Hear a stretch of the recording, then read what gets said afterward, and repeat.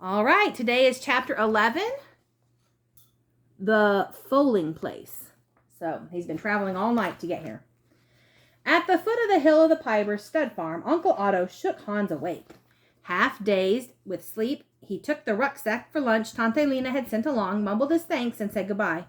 For a long moment he stood uncertainly at the bottom of the path, looking up at the centuries-old castle and the red church tower with the dark pines standing like soldiers behind them. In the misty light of morning, the scene reminded him of the paperweight he had at home. When you shook it, it made snow flurries, and through them you could see a tiny castle and tower. Suddenly he was sharp awake. He brushed the straw from his jacket, finger-combed his hair, and slung his rucksack over his shoulder.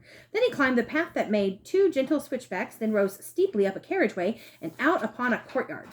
With scarcely a glance at the castle and church on his left, Hans headed straightway towards the stables. A row of children, looking like a flock of birds on a telephone wire, were perched on the top rail of a paddock fence. They sat facing a long barn, waiting expectantly, as if for a show to begin. The very air seemed charged with suspense. Hans did not have to wait at all. At that moment, right before his eyes, the red doors of the stable cracked open, and from the dimness within out spilled a herd of mares and foals. With a catch of his breath, Hans leaned over the fence, gaping at what he saw. It was true. The mares were dazzling white, and tagging at their heels as orderly as shadows were their foals, some inky black, some rusty black, but all of them dark against the startling white of their mothers. It's true! Hans smothered a cry. It was as though he had seen the herd in a dream, and now they were real after all. The children jumped off the fence and ran flying down the lane toward home. For them, the show was over, but for Hans, it had only just begun. He made himself part of the closely packed bunch of mares and foals trotting out to meet the morning. They were barefoot, and their hooves made only a small thunder on the road as they climbed uphill toward the grazing meadow. They paid him no attention. He might have been one of them, or he might not have existed at all. Two grooms who went along as shepherds waved Hans a friendly welcome. Hans felt little shivers race up and down his spine. It was wonderful to be part of this crisp golden morning. Running, taking big steps to keep up, Hans noticed that many of the foals had white stars on their foreheads and blazes too. He sighed in happiness at his knowing all about them, how their coats would gradually gray and in time their markings be lost in their white grown-upness. He spied one bright bay colt among the black, and in a flash he remembered what he had read at the library. He was glad there was a bay one. This year nothing dire would happen. There would be no war, no epidemic. Again, the feeling came over him that he dreamed all this, and now it was real. Here's all the kids on the fence, waiting to see the horses come out of the barn. When the cavalcade, snuffling and snorting, reached the grazing meadow, the close formation fell apart in an explosion of joy. The foals ran squealing from their mothers, only to rush back at them, bunting them in the fierce play. Two chesty colts put on a private boxing match, standing on their hind legs, flailing the air with their forelegs, and never landing a blow. Others pranced and leaped and kicked out like the stallions in the Sunday ballet. The bay staged a race all his own while his mother ran after him, nudging him back into the fold. The mares, too, felt the bigness of their freedom. They cut undignified capers, rolling over and over, rubbing their backs and their cheeks against the cool grass. Hans wanted to join in the sport, to do cartwheels, to spread eagle into the lush greenness, to shout across the world, "It's all true, every bit! The colts are doing courbouets and caprioles for fun!" Oh, we have a big picture here. These are the little colts playing with the white mares grazing nearby. And the mountains in the background. Just then, the sound of a hunting horn quivered in the air. All action stopped. Small black ears, big white ears, swiveled to bring in the reedy tune. Then the mares and foals galumphed across the meadow to greet a smock-clad figure who was setting up his easel in their midst. Hans ran along with them as if the man were a Pied Piper.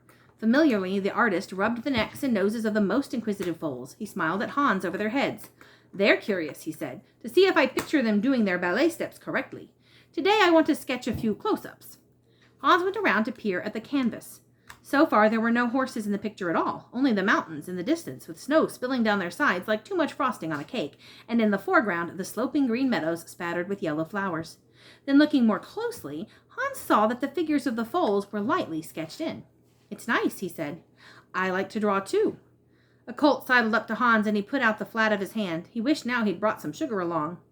"You plan to be an artist?" the man asked, sketching as he spoke. "Oh, no, sir," Hans exclaimed. Then, thinking he might have hurt the artist's feelings, he added, "I'm not good enough for that." "Well, what are you going to be?" Hans had never said the words aloud.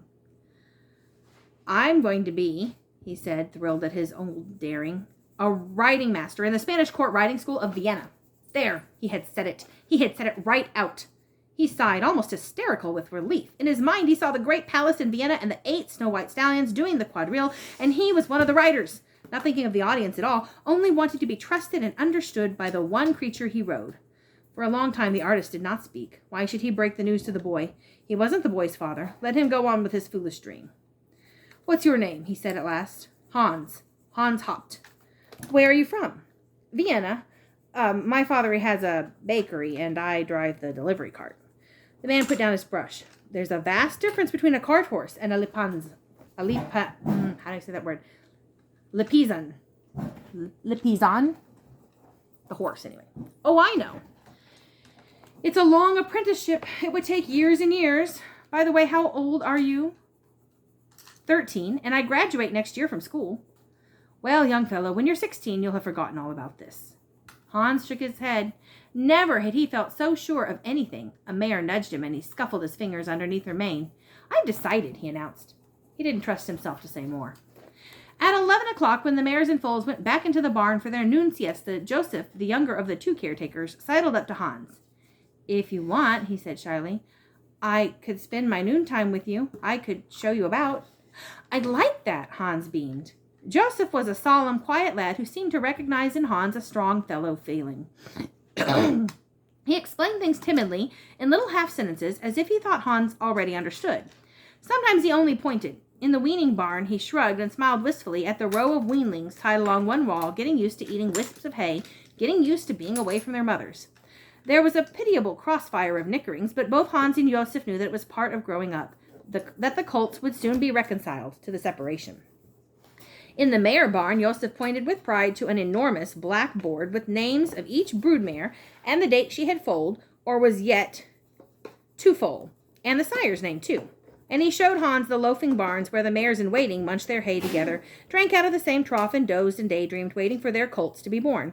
And he showed him the high-crested stallions in their stalls, not acting fierce at all, and he looked at them, and he took them into the tack room with its rich soap and leather smell and showed them the old saddles and bridles and stirrups used by famous stallions. This one, he said, pointing out a scrolled saddle, belonged to Franz Josef's favorite stallion, Florian, and this bridle was worn by Metoso Barina when he lived here for a year to sire some colts. He is now the champion courbateur of the world. He can jump 10 times successive. 10 times? Ja, that is a lot, no? Hans mulled over the name. Metoso Barino. Wasn't that one of the names on the program he had at home? Could it have been Rosie's friend who did the corbeille?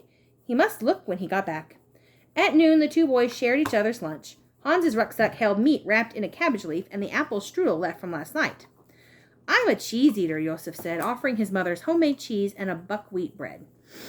They ate, sitting in the garden of the churchyard, leaning up against the wall and looking out. Kids? Yes, looking out to the valley, ringed around by the snow-piled Alps.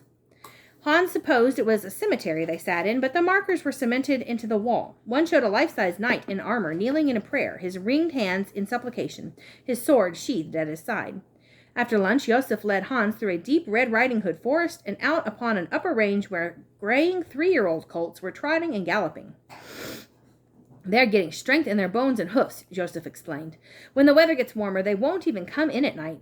But they're still so playful, Hans said. Ah, why not? They have the summer yet, all to themselves. Not until fall do they go to the school in Vienna. By the time Uncle Otto called for Hans in mid-afternoon, the 2 boys were fast friends. As Hans climbed into the cart, Joseph touched his sleeve. Someday I will come to Vienna, he said with a shy smile, and you can show me how you train in the riding school. Hans nodded. He did not doubt that the time would come. Uncle Otto clucked to the mare, and she took off downhill as if she could hear the rustle of oats. Hans turned and looked backward, watching until Joseph and the stables and the castle and finally the church tower was swallowed up and lost to the distance.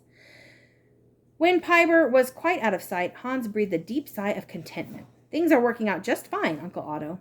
They rode in silence, each busy with his own thoughts. There they go, back home.